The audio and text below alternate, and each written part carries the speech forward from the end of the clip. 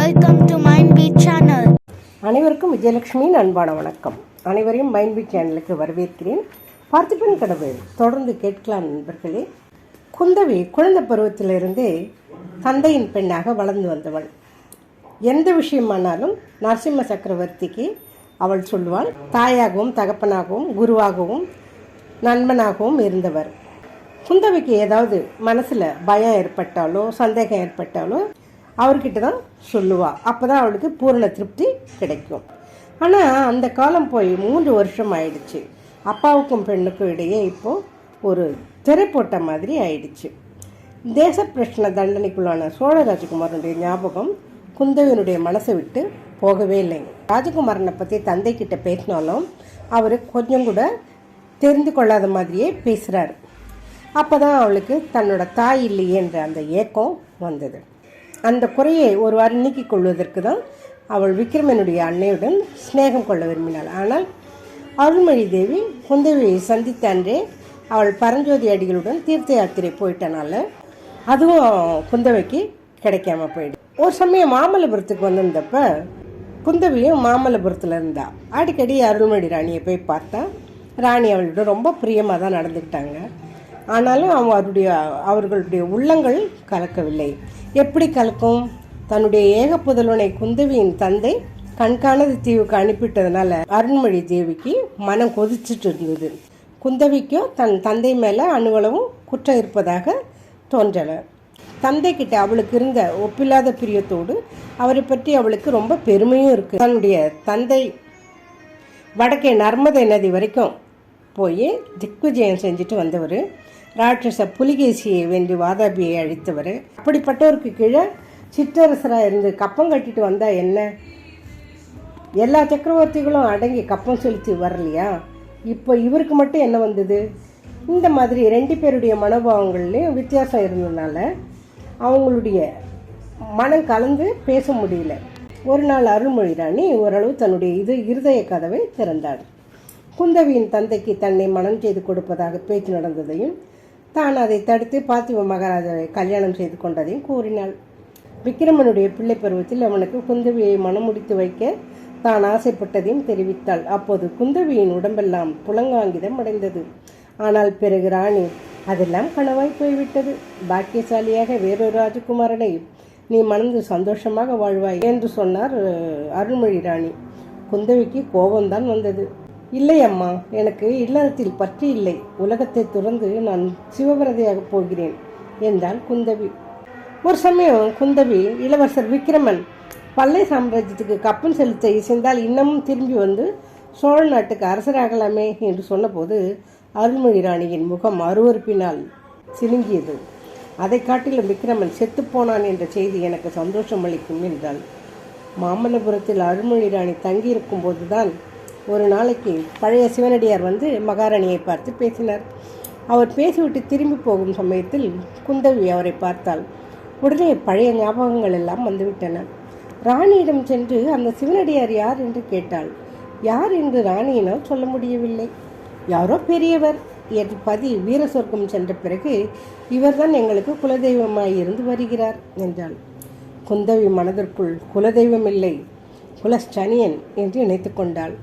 பின்னால் அருள்மொழி தேவி காவேரி சங்கமத்தில் கடலில் மூழ்கிய செய்தியும் அவளை யாரோ தூக்கிச் சென்றதாக வதந்தியும் காதில் விழுந்தபோது தூக்கி கொண்டு போனவர் அந்த போலி சிவனடியாராகத்தான் இருக்க வேண்டும்.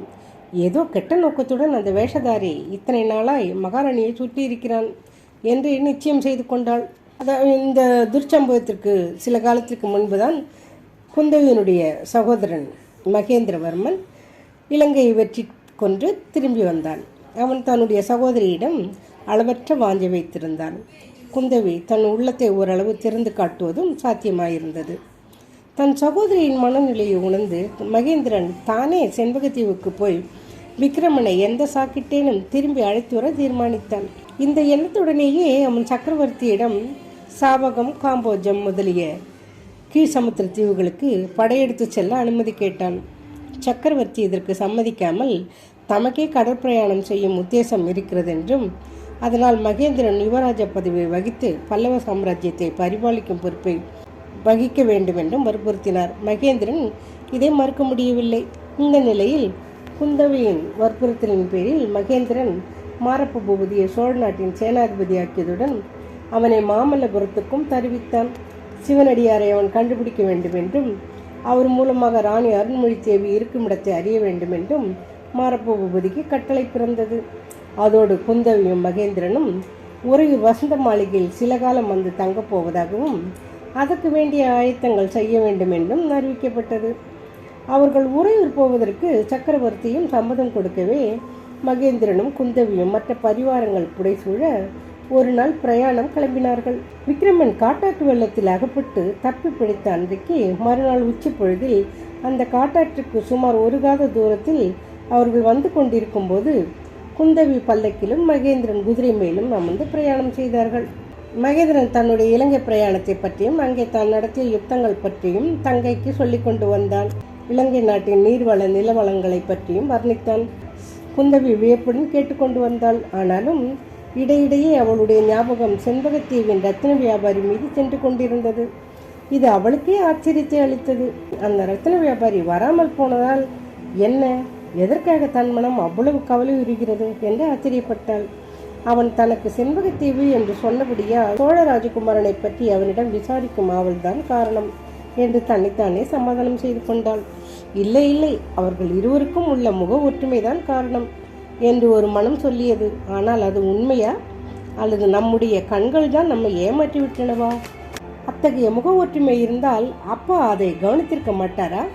கவனித்திருந்தால் அவனை வழிப்பறிக்காரர்களிடமிருந்து காப்பாற்றி உறையூருக்கு அனுப்பி வைத்திருப்பாரா? அதெல்லாம் இல்லை, நம்முடைய பிரம்மைதான் காரணம் என்று இன்னொரு மனம் சொல்லிற்று.